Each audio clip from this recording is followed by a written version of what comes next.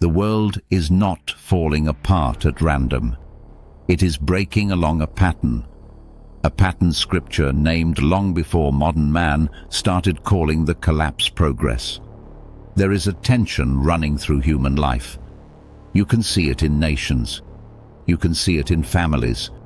You can see it in institutions, in private sin, in public corruption, and in the inner war of the human heart. People chase fulfillment and find confusion. Societies promise order and produce decay. Truth becomes harder to recognize, and the harder humanity tries to fix the disorder by its own wisdom, the deeper the disorder spreads. The Bible does not treat this as a mystery. From Genesis to Revelation, Scripture reveals a consistent pattern that explains both the beauty of creation and the brokenness of the world. That pattern is the conflict between order and chaos. The biblical story begins with God bringing structure into what was without form and empty. He speaks, and light appears. He separates light from darkness. He divides the waters. He brings land out from the deep. He places living things where they belong. He does not create confusion. He creates order. He creates harmony. He creates a world that functions according to his design. And when Scripture says creation was good, that goodness is tied to structure, purpose, and right placement under the rule of its Creator. Then comes the rupture. Humanity chooses to act apart from God's instruction. That is not a small mistake. That is the moment disorder enters creation. Trust gives way to fear. Desire becomes distorted. Relationships fracture. The harmony between man and God begins to unravel. And once that order is rejected, chaos cannot be contained. It spreads. Violence enters the human family. Corruption spreads through society. By the days of Noah, the earth is described as filled with violence and corruption. That is what rebellion does. It does not liberate. It infects. It does not create a higher order.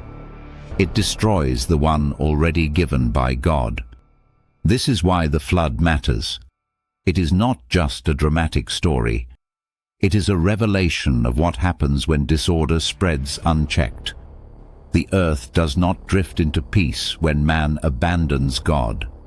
It is filled with corruption. And throughout Scripture, this pattern keeps repeating. God gives instruction, structure, law, reverence, and boundaries. Man resists it, distorts it, or abandons it. Then the consequences come. The sacrificial system reveals the seriousness of sin. It shows that rebellion carries a cost. The priesthood shows that approaching a holy God is not casual. It requires order. It requires reverence. It requires obedience to the structure God Himself established. That is a truth modern people hate. Because modern man wants spirituality without submission, worship without holiness, power without obedience, meaning without truth. But the biblical pattern does not bend to human preference. God is not the author of confusion. Life does not become whole by moving farther away from His design. The lives of biblical figures prove the same point on a personal level. Some lives display what happens when desire moves outside God's order. Others show the clarity and stability that come from faithfulness. The difference between peace and destruction is not random. It turns on whether a life remains aligned with the order established by the Creator.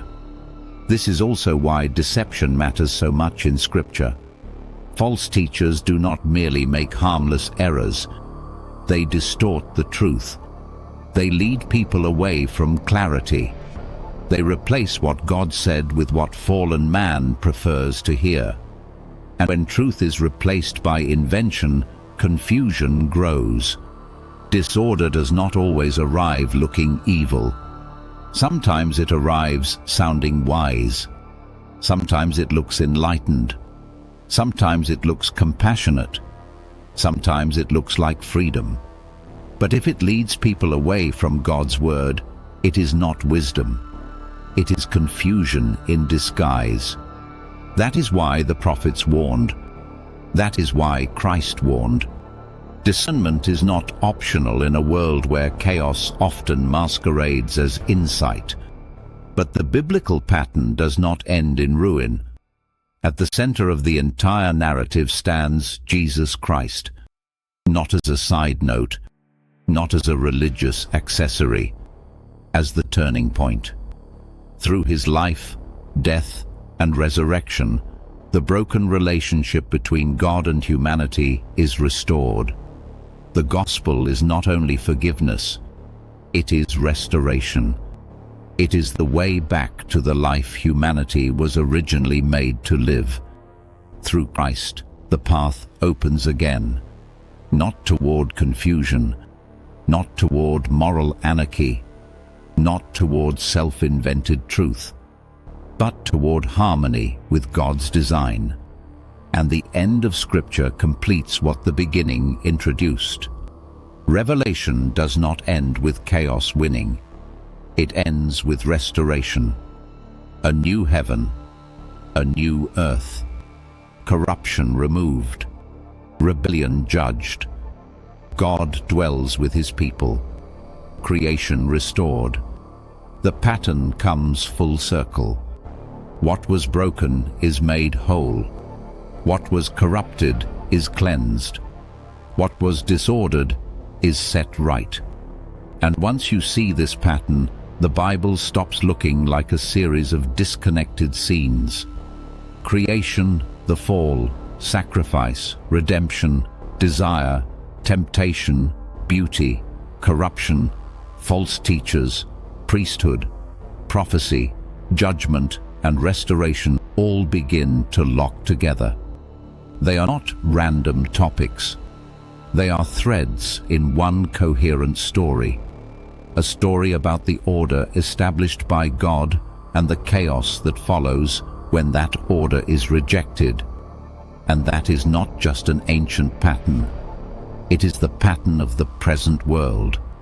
Look around. Confusion about truth, moral instability, social fragmentation, corruption in public life, disorder in private life, people calling evil good and calling disorder freedom. This is not new. Scripture already explained it. The modern world is not inventing a new crisis. It is replaying an old rebellion. And the answer is not more human inventions. It is not another tower built by human pride. It is not another system promising peace while severed from truth.